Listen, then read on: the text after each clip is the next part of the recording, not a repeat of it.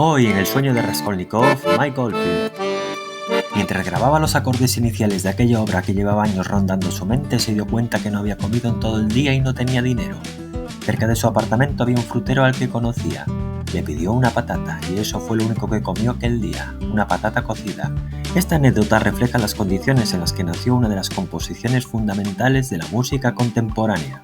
Nació el 15 de mayo de 1953 en Reading, Reino Unido.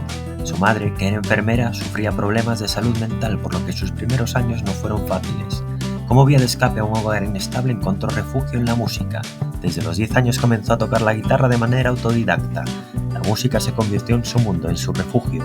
Cuando tenía 13 años, su familia se mudó a Romford y en 1967 dejó la escuela y junto a su hermana Sally formó The Sally Angie, un grupo folk de estilo hippie centrado en la voz y la guitarra.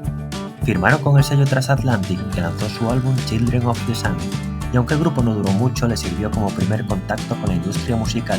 Buscando nuevas oportunidades, consiguió trabajo como bajista en la banda de Kevin Ayers, un entorno donde su talento no pasó desapercibido. Pero más allá de tocar, este periodo fue una escuela donde absorbió conocimientos sobre producción y composición que, sin saberlo, lo acercaban cada vez más a su gran obra. Cuando Kevin Ayers disolvió su banda, le tendió una mano permitiéndole quedarse en un pequeño apartamento de Londres que él mismo pagaba. Con apenas lo justo para subsistir, sobrevivía realizando trabajos como bajista de sesión y técnico de estudio. Pero esta etapa de dificultades también fue clave en su historia. Con la ayuda de un órgano Farfisa prestado por David Bedford, comenzó a dar forma a la maqueta que cambiaría su vida. Presentó aquella grabación de 20 minutos a varios sellos discográficos, pero la respuesta siempre fue la misma. ¿Estás loco? ¿Quién va a comprar esto? Una pieza instrumental sin batería y sin voz no se puede vender. Ninguna compañía estaba interesada. Pero otro loco se cruzó en su camino, Richard Branson, un inconformista nato que empezó vendiendo discos por correo con Caroline Records, ofreciendo precios más bajos que las tiendas tradicionales. Su ambición lo llevó a abrir su propia tienda en Oxford Street, a la que llamó Virgin. Pronto expandió su imperio, pero entendió algo clave: el verdadero negocio no estaba en vender discos, sino en producirlos. Así nació Virgin Records y Branson necesitaba una obra revolucionaria para su lanzamiento. En septiembre de 1972, Oldfield trabajaba en los estudios Manor, propiedad de Branson, como técnico de estudio y bajista de sesión, y aprovechó la ocasión para presentarle la maqueta a Tom Newman, quien trabajaba como ingeniero en el estudio. Quedó impresionado. Había encontrado la obra ideal para el primer lanzamiento de Virgin. A Branson, que no tenía oído y la música solo le importaba como negocio, la maqueta no le gustó. Cedió y le dio a Oldfield una semana de grabación en su estudio. Afortunadamente, tenía en su cabeza toda la estructura sonora de la primera parte, incluyendo ese maravilloso riff final que da todo el sentido a la obra. Trasladaron una amplia selección de instrumentos al estudio y el músico hizo su labor a contrarreloj durante esa semana, tiempo en el que se grabó algo más de la primera parte del álbum. La segunda parte fue más complicada, no la tenía compuesta totalmente y la tuvo que terminar sobre la marcha. Tocó él mismo más de 20 instrumentos y para la voz que los presenta emborracharon a Vivian Stanshall del Magical Mystery Tour de los Beatles, que llegó a emocionar al propio Oldfield cuando soltó aquello de las Tubular Bells. El 25 de mayo de 1973, Richard Branson presentó al mundo el primer disco de Virgin Records, el primer disco de un artista llamado Mike Oldfield, con una obra extraña de casi 50 minutos de duración, una pieza instrumental sin batería y sin canciones, insólito. La recepción de la crítica fue excepcional, pero las ventas fueron modestas hasta que llegó el golpe de suerte. Branson había llegado a un acuerdo con Atlantic Records para editar el álbum en Estados Unidos, pero su presidente no tenía ninguna prisa en publicarlo, por lo que criaba polvo en una estantería de sus oficinas.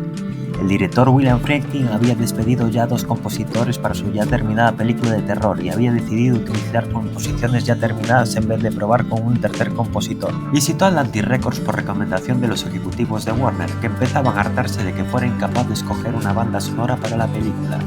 Llegó buscando una composición clásica con un tono entre lo siniestro y infantil y le sugirieron que revisara los archivos. Fue así como, casi por casualidad, se encontró con Tubular Bells, cuya introducción encajó perfectamente en el tono del exorcista, cuyo éxito catapultó las ventas del álbum a ambos lados del Atlántico. 2 apuntes: Branson quería titularlo Breakfast in Bed y las campanas se usaron casi por casualidad, pues no estaban previstas originalmente. Mientras grababa se dio cuenta de que la pieza necesitaba un clímax sonoro. Fue entonces cuando vio en el estudio un juego de campanas y decidió utilizarlas. Tubular Bells marcó un antes y un después en la industria musical y fue un hito para la independencia artística. Con 20 millones de copias vendidas demostró que no hacía falta una gran multinacional para alcanzar el éxito. En lo musical sentó las bases de lo que más tarde sería el New Age.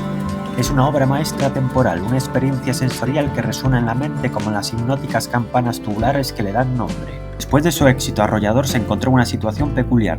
Su nombre estaba en boca de todos, pero su personalidad introvertida y su aversión a la fama lo llevaron a aislarse. No disfrutaba de la atención mediática ni de la presión de la industria musical, lo que lo llevó a alejarse de Londres retirándose al campo. Musicalmente evolucionó desde la introspección y el perfeccionismo hacia una mayor experimentación y sofisticación en su sonido.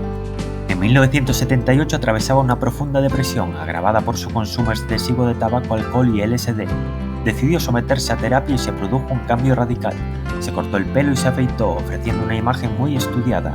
Concedía entrevistas y se mostraba risueño y divertido.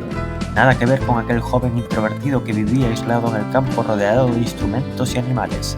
Richard Branson estaba encantado. En los años 80 adoptó un sonido más accesible, fusionando su estilo instrumental con el pop. Incorporó voces femeninas, sintetizadores y baterías electrónicas, adaptándose a las tendencias de la época. Aunque más comercial, mantuvo su esencia con toques sinfónicos, rock y folk. Desde mediados de los 80, Virgin lo presionaba para que repitiera el éxito de Tubular Bells con una secuela, algo que él rechazaba porque quería seguir explorando nuevos estilos musicales. El punto de quiebre llegó con Amarok, un álbum experimental y desafiante que muchos interpretaron como una burla hacia la compañía.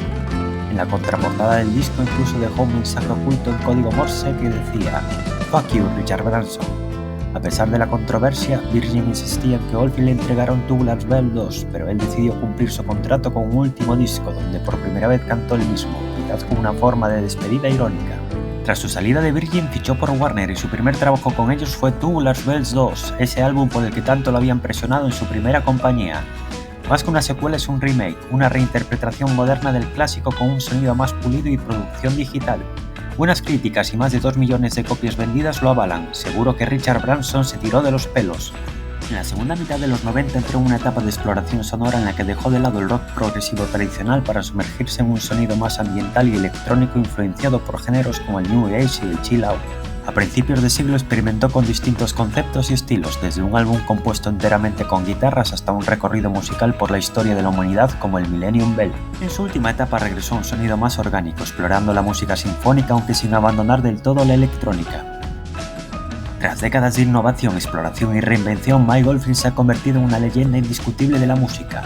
Su obra ha trascendido el tiempo, desafiando géneros y fronteras, influenciando a generaciones enteras con su inconfundible sonido. Hoy aquel chico tímido que revolucionó la música en los 70 vive tranquilamente apartado de los focos en las Bahamas.